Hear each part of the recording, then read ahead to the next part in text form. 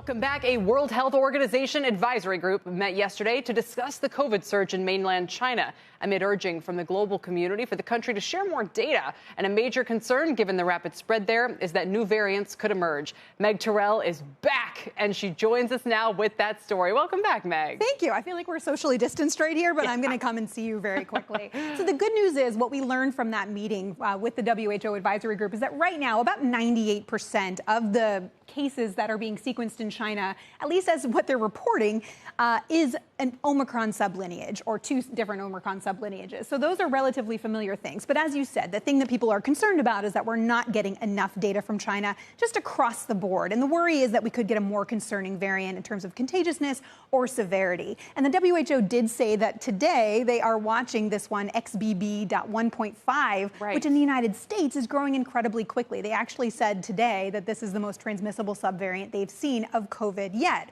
And of course, that makes sense if it's going to grow so quickly. We've seen it now more than 40% of cases in the U.S. in the most recent week of estimations from the CDC, up from 4% just about 3 weeks ago.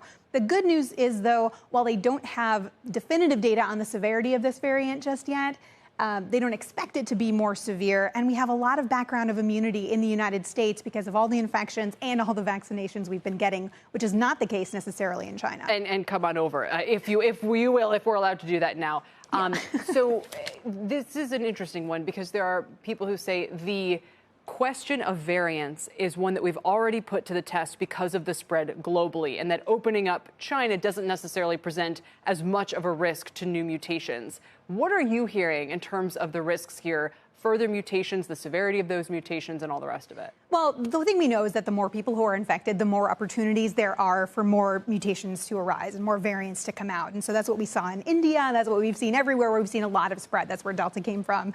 And so that is a concern. But Omicron has been so contagious. What we've been seeing is a splintering of Omicron into these many different sublineages.